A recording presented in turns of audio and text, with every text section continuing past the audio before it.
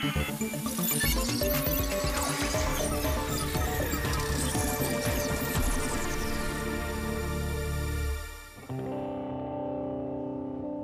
2016, the Indian gaming scene in general was still on the up and up. Back then, esports essentially meant going to your local gaming cafe, winning 2,000 rupees, and that's your weekend done. Historically, Indian teams have never done well in international tournaments. Most of them lost with embarrassing scorelines. One of the reasons that the Indian scene has always been sort of self-contained, and then you couple that with purchasing power in a country like India, not having access to performance machines. We really had to import expertise. Optic gaming was essentially the embodiment of every bedroom gamer's dream. It was very important to me to make sure that India was a focal point. I thought there was a huge potential there.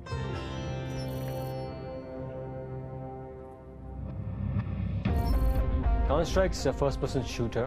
One of the biggest esports on the planet with a legacy of over 20 years. In India specifically, Counter-Strike has been well received. The goal of the Optic India project was firstly to become the best team in India as soon as possible, and then put India on the map. This could be finally India's chance at actually having a shot at an international title. Community was excited because we are Indians and we are passionate about everything we love. We decided to do a tryout process. The idea was that we wanted to build a squad from the ground up. We've never actually done a selection process like this. I don't think many teams have done this anywhere in the world, right? And the fact that you guys are here, we're making history, okay? Thousands and thousands of people applied for it. It was an opportunity that nobody really wanted to miss out on. All these gamers who had been playing for years and years and years without any major achievements under their belt, all those underdogs had a chance. You had players traveling from remote cities to the LAN venue in Bangalore, and then you had these players that we had never heard of. They selected me trying out for those 5 slots. I went there, I played only one game, but I was a beast on that game. A lot of young talent that we found that would never have been found had it not been due to the tryout. I got selected, and then finally we moved to the Bangalore boot camp. It was amazing. These are 5 young men that had never really left home and lived on their own and had to fend for themselves. We all stayed together because it's a team sport. You need to be together to improve. Forsaken was one of those hidden gems. He was one of those players that came with unnatural amount of skill. He was bought in for his brains more than his reflexes. He did have a past that was a little shady as well, though. There were accusations that he was a cheater. But although people were saying he was fishy, we didn't have any proof or any concrete evidence to, bench him or kick him out of the team.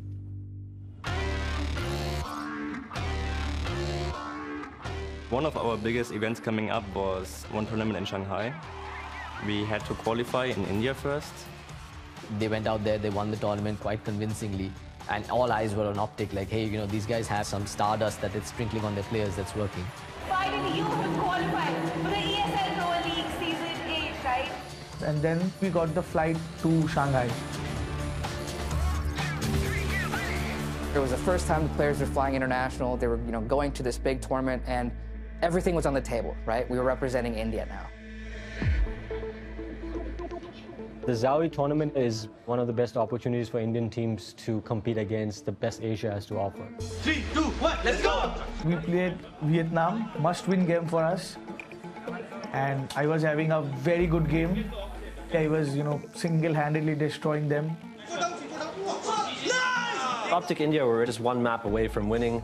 It was halfway through the map when we noticed that the admins had called a pause. That usually happens when, say, the monitor goes off, or somebody's device is not working, or the internet is lagging. But it was lasting way longer than a normal technical pause. We saw not just one admin, but slowly a second admin, and then probably 5 minutes later, a third admin. There's like a little bit of a scuffle. At that point in time, we kind of knew that this was not going to end well. Holy I was like, this is real. This guy, this kid, my player, has been caught cheating. And everything kind of just went black. He cheated while representing one of the biggest orgs in the world, while competing in one of the largest tournaments in Asia. It is quite a 1 in a million kind of incident. He was just a dumb kid. He just felt scared he'd get kicked from the team because he wasn't a great aimer. This guy had a special button at the side, and if he presses that button, that's when the cheat gets activated and his aim automatically snaps to the nearest target. There are a lot of cheats out there. This was definitely a premium cheat in the sense that he paid for it. The cheating industry, it's massive. There is a lot of money involved. If gaming itself is a multi-billion-dollar industry, then video game cheating is also a multi-million-dollar industry. This guy had done an excellent job of hiding the truth.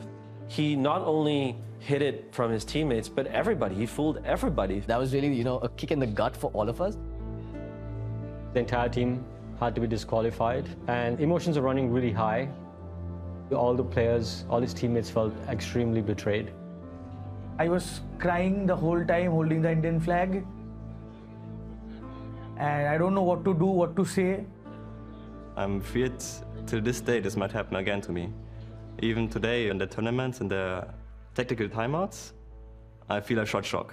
It's just for 1 second, but it's still there.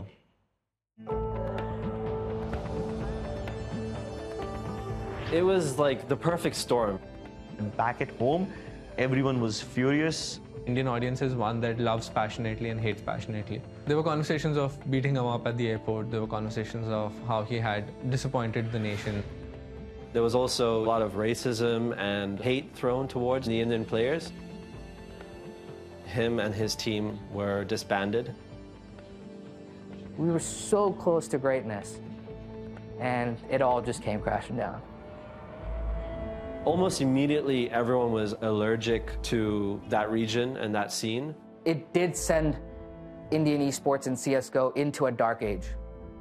We clearly realized that we don't have enough checks and balances in place. But then you had tournament organizers using this as a wake-up call to say that, we cannot let another Forsaken incident happen ever again. Without integrity of the game, we don't have a sport. Everything falls apart.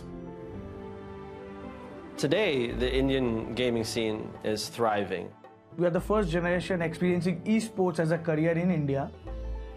If I were to look back 10 years, we would be extremely happy back then if someone paid for us to take a 24-hour train from Mumbai to Bangalore.